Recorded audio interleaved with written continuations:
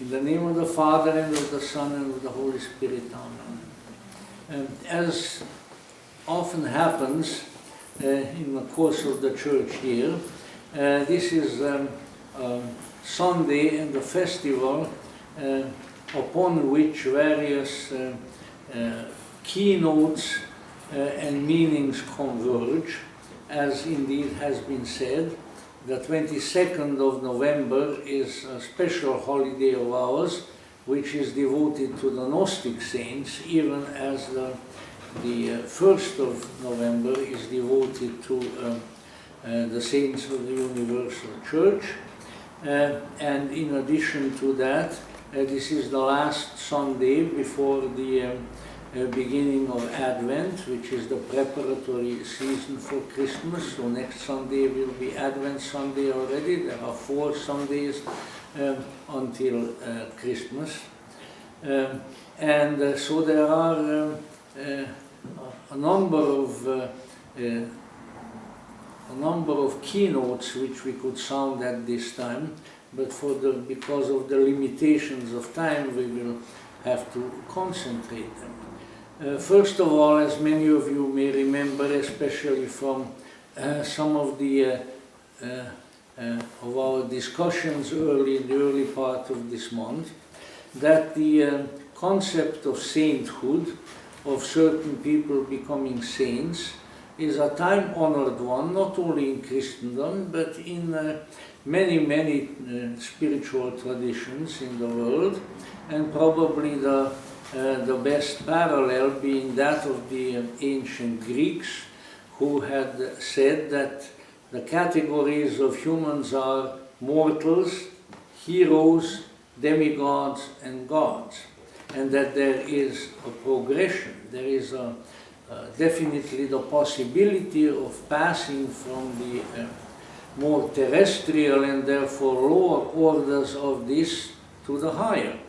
And that is called apotheosis in Greek. And believe it or not, the Greek Orthodox Church still uses the term theosis as a possibility for humans, which literally means becoming divine. And so it is within this chain that sainthood exists, and we might say that it is the equivalent of the ancient Greeks' concept of heroes, because the heroes are spiritual heroes. They are people who have come to manifest the highest aspect of the human soul to a heroic degree, and from that they can pass into the yet higher realms of being and join the immortals. And so it is incumbent upon us to recognize our relationship to the Church Triumphant, as it has been called in Christendom, to the kingdom of the glorified souls, and not only to look to them as examples, which indeed they are, but also as our helpers, because even though they may have shed the body, their ability, their power to help us in matters spiritual, and perhaps even in others, certainly has not disappeared, but has in fact increased.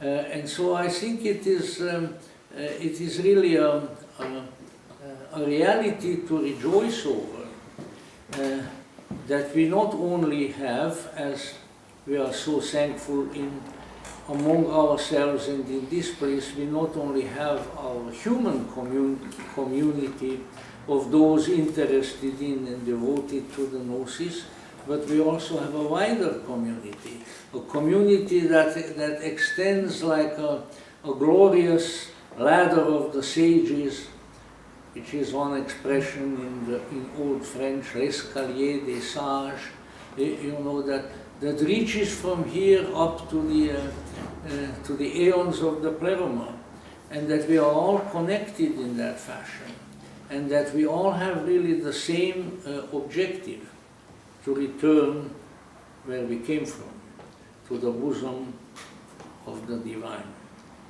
As stated in many traditions, and as for instance indicated in the book of Revelation, where the statement is made, I will make him a pillar in the temple of my God, and he shall go out no more. And that is the objective. And we have a great deal of help along the way.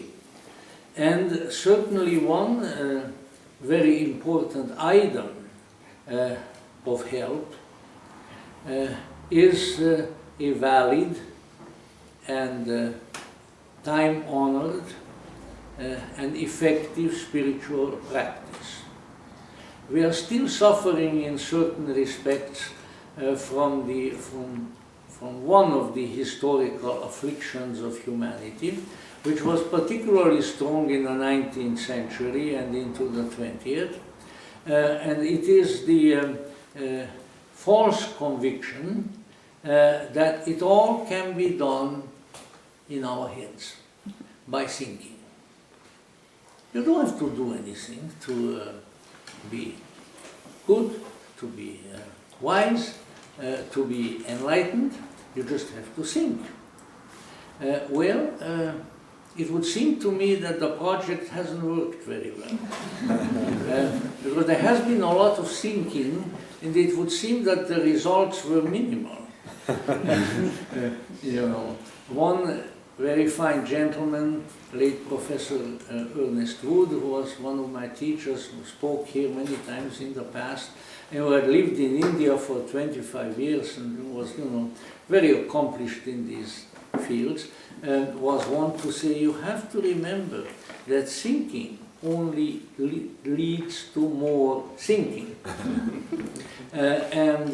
Once we come to recognize that, then we can put the results of our thinking function into the proper place. They certainly have their proper place. They help to explain many things.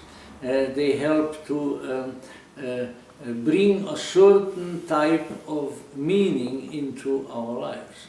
But there are important elements and important projects beyond that. And that is why, while spiritual religious teaching always exists, there always is a teaching ministry wherein we receive instruction and food for our thoughts. There also must be a spiritual practice. And the spiritual practice of historical Christendom has been the practice of the sacraments. And at their very center is the sacrament which we have just participated in and partaken of. If you think about it, if you only use your head, it doesn't make any sense. And perhaps that is its greatest virtue. Because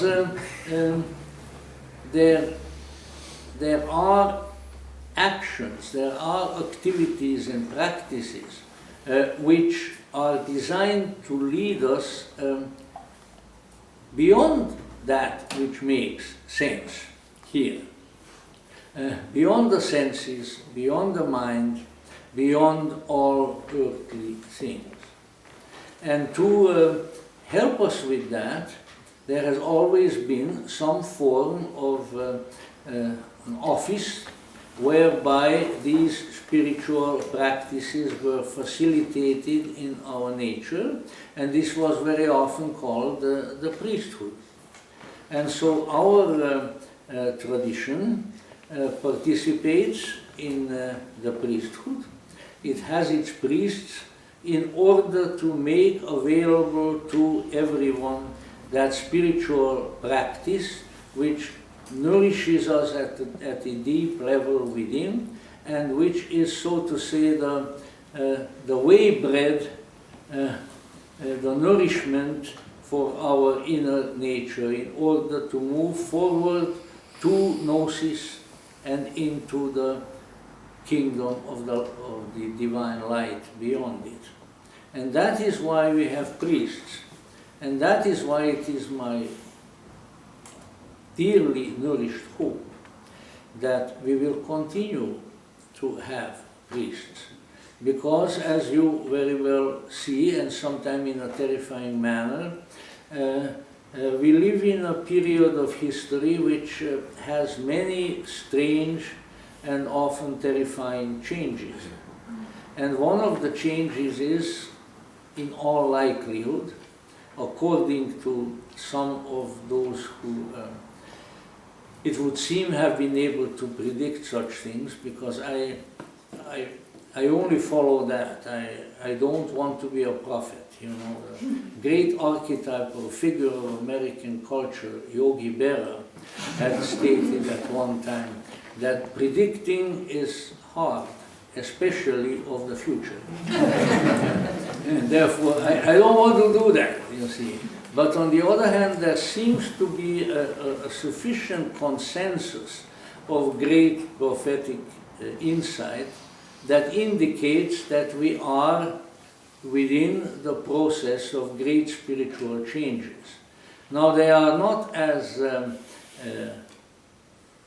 quick and as dramatic as, let's say, the 1960s generation envisioned them. They, like the mills of the god, grind slowly but exceedingly fine, and they take hundreds of years. But they are here and they are taking place. Within that changing spiritual atmosphere, there must be a nourishing spiritual practice.